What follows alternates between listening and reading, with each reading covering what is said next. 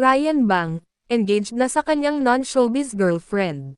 Engaged na sa wakas si Ryan Bang sa kanyang non-showbiz girlfriend na si Paula Huyong. Inilahad ng magkasintahan ang magandang balita sa social media. Makikita sa larawan ang proposal ni Ryan kay Paula, na sobrang saya nang lumuhad si Ryan na may hawak na singsing.